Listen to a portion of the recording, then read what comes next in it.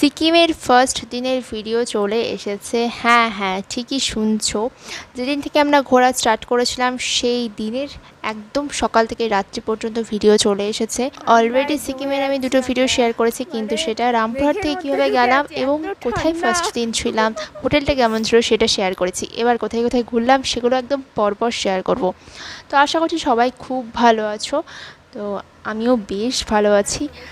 পুরো ভিডিওটা একদম লাস্ট অবধি দেখবে, কারণ ভীষণ ভালো এক্সপিরিয়েন্স ছিল আমাদের সিকিম ঘোরাটা। অনেক অনেক জায়গা আমরা ঘুরেছি, তোমাদের সাথে সবটা শেয়ার করব। আরিতারে এসে লাঞ্চ করে আমরা বেশ ঘুমিয়ে নিয়েছিলাম, কারণ ট্রেন জার্নিতে ভীষণ ধকল গেছিলো। তারপরে আবার 6-7 ঘন্টা গাড়িতে।